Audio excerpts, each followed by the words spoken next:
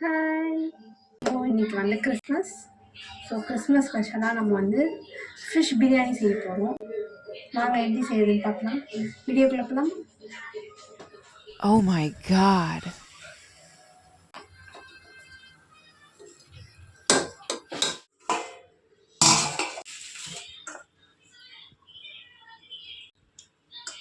மொத்தம் பார்த்திங்கன்னா ஒரு 10 பீசஸ் கிட்டே இருக்கும்.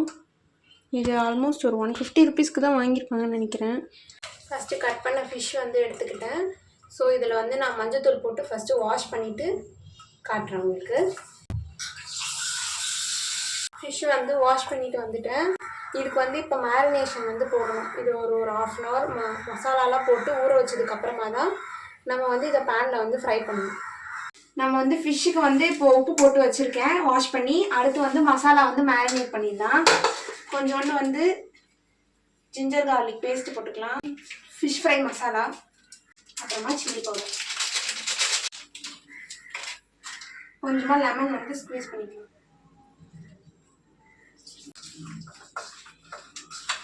ஒரு 20 மினிட்ஸ்க்கு வந்து மேரினேட் பண்ணதுக்கப்புறமா நம்ம வந்து பிரியாணி செய்யறதுக்கான வெங்காய தக்காளி வந்து சைட் பை சைடு வதக்கி வச்சுக்கலாம். இது ஒரு 20 மினிட்ஸ் ஃப்ரிட்ஜில் வந்து நம்ம ஃப்ரீசர் பண்ணி வச்சுக்கலாம்.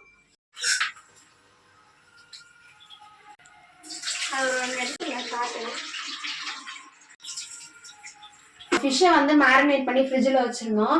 நெக்ஸ்ட்டு பார்த்தீங்கன்னா நம்ம பிரியாணிக்கான தாளிப்பு வந்து ரெடி பண்ணிடலாம். அதுக்கு வந்து நம்ம என்னென்ன வெட்டி வச்சுருக்கோம்னா, ஆனியன் இருக்குது, புதினா ஆஞ்சு வச்சுருக்கோம், பச்சை மிளகா இருக்குது, பட்டை கிராம்பெல்லாம் எடுத்து வச்சுட்டேன். இது இஞ்சி பூண்டு பேஸ்ட் வச்சுருக்கேன். தக்காளி வந்து ஒரு 4 தக்காளி இருக்குது.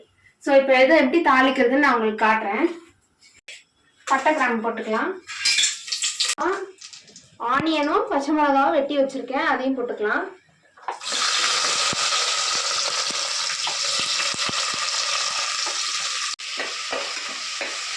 நல்லா வந்து ஒரு கோல்டன் ப்ரௌன் கலரில் ஒரு 5 மினிட்ஸ் வந்து நல்லா வதக்கி வச்சுக்கலாம்.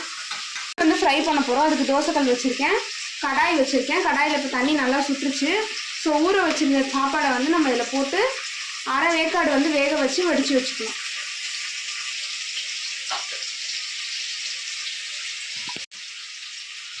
நான் வந்து 3/4 அளவுக்கு அரிசி வச்சுருக்கேன். அதுக்கு நான் வந்து 1 ஸ்பூன் வந்து சால்ட் ஆட் பண்ணிக்கிறேன். இப்போ லைட்டாக இப்போ தான் வந்து அந்த கோல்டன் ப்ரௌன் கலர் வந்து வந்துருக்கு.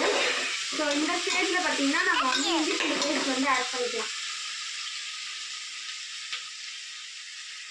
நான் வந்து இன்னைக்கு ரெடிமேட் தான் ஆட் பண்ணியிருக்கேன். ஜென்ரலாக எங்கள் அம்மா எப்பயுமே வந்து இஞ்சி பூண்டு பேஸ்ட் அரைச்சி தான் போடுவாங்க. இன்னைக்கு கொஞ்சம் சோம்பேறித்தனம், அதனால் ரெடிமேடே இதுவும் நல்லா ஆனியன் அண்டு இஞ்சி பூண்டு பேஸ்ட் நல்லா வதங்கணும். வதங்கினதுக்கப்புறம் தான் நம்ம வந்து டொமேட்டோ வந்து ஆட் பண்ணுவோம். ஸோ இதில் வந்து இப்போ நம்ம புதினா வந்து ஆஞ்சு வச்சுருக்கேன், அதையும் போட்டுக்கிறேன்.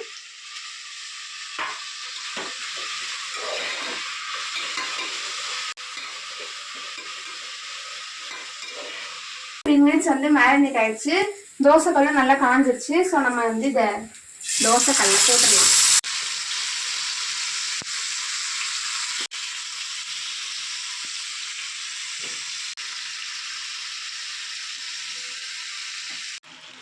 மீன் பார்த்தீங்கன்னா இன்னும் ஒரு 5 நிமிஷம் இல்லை 10 நிமிஷம் வெந்தால் போதும். அரை வேக்காடு வெந்தால் போதும். ஏன்னா நம்ம மறுபடியும் தம் போடுறப்ப கரெக்டாக வந்துடும்.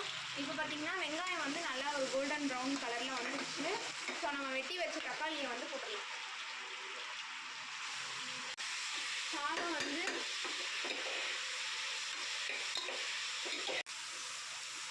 உப்பு தேவையான அளவு,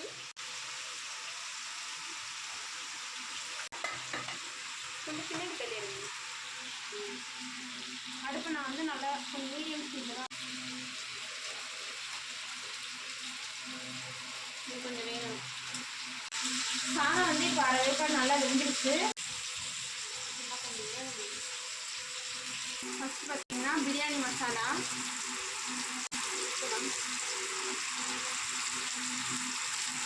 அடுத்து கரம் மசாலா, இதெல்லாம் நம்மளோட சில்லி பவுடர்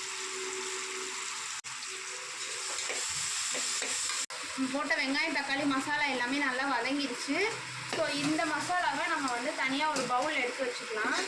நம்ம வந்து தம் போடுறப்ப லேயரிங் பண்ணுறப்ப இதை நம்ம வந்து கரெக்டாக நம்ம லேயர் பண்ணிக்கலாம். ஃப்ரை பண்ண ஃபிஷ்ஷை வந்து நம்ம தனியாக ஒரு இடத்துல எடுத்து வச்சுக்கலாம். குக்கர்லேயே வந்து நம்ம லேயரிங் பண்ண போகிறோம். அதுக்கு வந்து ஃபஸ்ட்டு நம்ம மீன் வறுத்துருப்போம்ல அந்த ஆயிலே வந்து நம்ம இதில் ஆட் பண்ணிக்கலாம். ஆல்ரெடி ஃபிஷ் வறுத்த ஆயிலே நம்ம ஊற்றிருக்கோம், அந்த ஆயிலே போதும். இப்போ வந்து ஃபஸ்ட்டு ஒரு லேயருக்கு